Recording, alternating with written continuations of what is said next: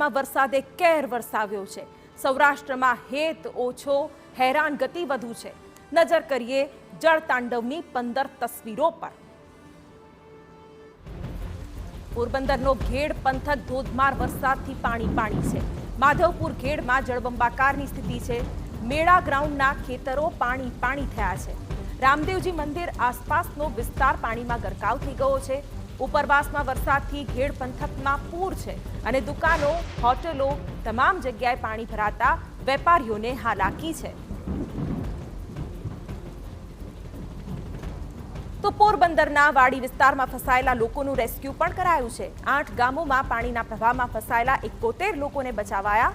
વાડી વિસ્તારના મકાનોમાં ફસાયેલા લોકોનું જીવન જોખમે રેસ્ક્યુ થયું છે। ફાયર બ્રિગેડના 30 જવાનોએ રેસ્ક્યુ બોટની મદદથી જીવ બચાવ્યા। તસવીરો હવે દેવભૂમિ દ્વારકા જિલ્લાની। તો દેવભૂમિ દ્વારકામાં પાણી વચ્ચે મકાનમાં ફસાયેલા લોકોનું રેસ્ક્યુ કરાયું। નગરપાલિકાની ટીમે 10 લોકોને રેસ્ક્યુ કર્યા હતા। પાણી ભરાતા ચરકલા રોડ બંધ કરાયો છે અને રેલવે અંડરબ્રિજ પર પાણી ભરાયા છે। દેવભૂમિ દ્વારકામાં ભારે વરસાદને લીધે અનેક રસ્તાઓ પણ બંધ થયા છે। રસ્તાઓ પર પાણી ફરી વળતા અવરજવર બંધ કરાઈ। ચરકલા ગામથી દ્વારકા જતો મુખ્ય રસ્તો પાણી થઈ ગયો। ટૂંકા રસ્તાને લીધે યાત્રાળુઓ ચરકલા થઈ દ્વારકા પહોંચે છે, પરંતુ ચરકલાનો રસ્તો બંધ થતા અનેક યાત્રાળુઓ અટવાઈ પડ્યા। દ્વારકા જતા પદયાત્રીઓ પણ મુશ્કેલીમાં મુકાયા। તો વિરામ બાદ ફરી દ્વારકા જિલ્લામાં મેઘરાજાએ તોફાની બેટિંગ કરી, જેના કારણે ચારે તરફ જ્યાં નજર જાય ત્યાં પાણી જ પાણી દેખાયા। વાતાવરણમાં વિઝિબિલિટી પણ ઘટી। હાઈવે પર વાહનોની અવરજવર પણ ખૂબ ઓછી થઈ ગઈ। હજુ તો આગામી 2 દિવસ દ્વારકામાં અતિ ભારે વરસાદની હવામાન વિભાગે આગાહી કરી છે, જેને લઈ વિવિધ તાલુકાઓમાં વિકટ પરિસ્થિતિ સર્જાઈ શકે છે। તો આ તરફ રાજપરાથી પોસિત્રા ગામને જોડતો પુલ પાણીમાં ગરક થઈ ગયો। લુણાઈ માતાજીના મંદિર પાસે પુલ પાણીમાં ડૂબ્યો। 2 ગામ વચ્ચે અવરજવરનો એકમાત્ર પુલ બંધ થતા હાલાકી ઊભી થઈ। મહત્વનું છે કે દર વર્ષે આવી જ પરિસ્થિતિનો સ્થાનિકોનો આક્ષેપ કરી રહ્યા છે। અનેકવાર રજૂઆતો કરીને ગ્રામજનો કંટાળી ચૂક્યા છે, પરંતુ કોઈ ઉકેલ આવતો નથી। દ્વારકા નજીક આવેલા રૂપેણ બંદરમાં ભારે વરસાદને કારણે અનેક વિસ્તારો વરસાદથી વેરાવળના અનેક વિસ્તારો જળબંબાકાર થયા। વેરાવળના ટાગોરનગર 1 વિસ્તારમાં પાણી ઘૂસ્યા હતા। ડાભોરનગર રોડ પર ઘૂંટણસમા પાણી ભરાયા અને ડાભોરનગર 1માં પણ પાણી ભરાયા હતા।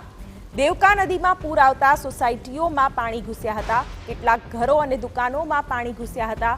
તો વેરાવળની અનેક સોસાયટીઓમાં પાણી નહીં ઓસરતા લોકો પરેશાન છે। દેવકા નદીમાં ભારે પૂરથી અનેક સોસાયટીઓમાં પાણી ફરી વળ્યા। સિદ્ધાર્થ સોસાયટી, વિઠ્ઠલવાડી, સૂર્યેશ્વર મંદિર રોડ વિસ્તારમાં પણ પાણી ભરાયા છે, જેથી પાલિકાની પ્રી મોન્સૂન કામગીરીને લઈને સવાલો ઉઠ્યા છે। ગીર સોમનાથમાં દેવકા નદીના પાણી રહેણાંક વિસ્તારમાં ઘૂસ્યા। નદીનો પ્રવાહ સોસાયટી વિસ્તારમાં કોમ્યુનિટી હોલ રોડ તરફ વહેતા હાલાકી ઊભી થઈ।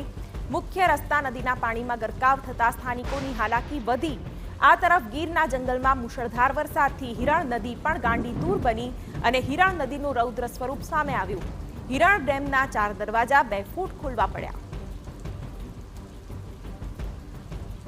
તો વેરાવળ શહેરમાં દેવકા નદીના પાણી ઘૂસ્યા હતા। વોર્ડ 1નો કેટલોક વિસ્તાર અને ઘરો પાણી થયા। હુડકો સોસાયટી વિસ્તાર જળમગ્ન થયો। ભાલકા રોડની કેટલીક સોસાયટીઓમાં ઘૂસ્યા પાણી। સ્થાનિકોનો પાલિકાની કામગીરી સામે રોષ। પાણી નિકાલની કોઈ જ વ્યવસ્થા જોવા ન મળી। તો હિરણ ડેમ 2ના તમામ 7 દરવાજા ખોલવા પડ્યા। ગીરના જંગલમાં સાંબેલાધાર વરસાદના પગલે ભારે પાણીની આવક થઈ, જે બાદ 4 દરવાજા 2 ફૂટ અને 3 દરવાજા 1.5 ફૂટ ખોલાયા હતા। પાણીનું રૂલ લેવલ જાળવવા તમામ દરવાજા ખોલાતા હિરણ નદી ગાંડીતૂર બની અને નીચાણવાળા વિસ્તારના તમામ ગામને સાવચેત કરાયા।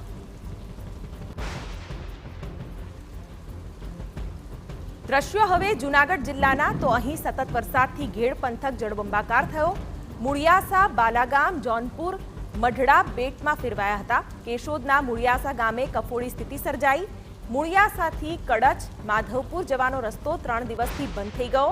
સતત 3 દિવસથી ગ્રામજનો ઘરમાં પુરાવા મજબૂર બની ગયા છે.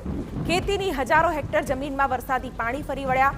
ધોધમાર વરસાદમાં મગફળીનો પાક ધોવાયો છે. તંત્રની ઢીલી કામગીરી વિરુદ્ધ સ્થાનિકોમાં રોષ છે.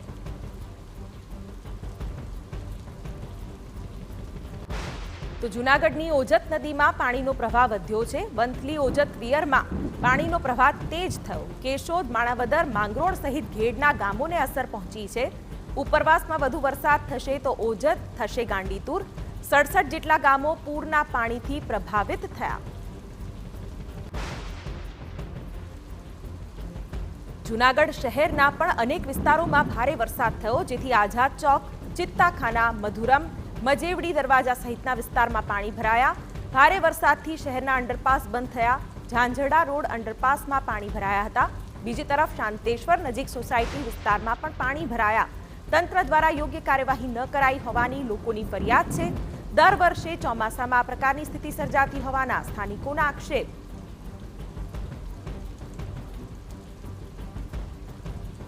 તો વંથલી સેલરા ગામે પાણીમાં ફસાયા યુવકો. વોકળામાં પાણીનો પ્રવાહ વધી જતા 2 યુવકો ફસાયા હતા.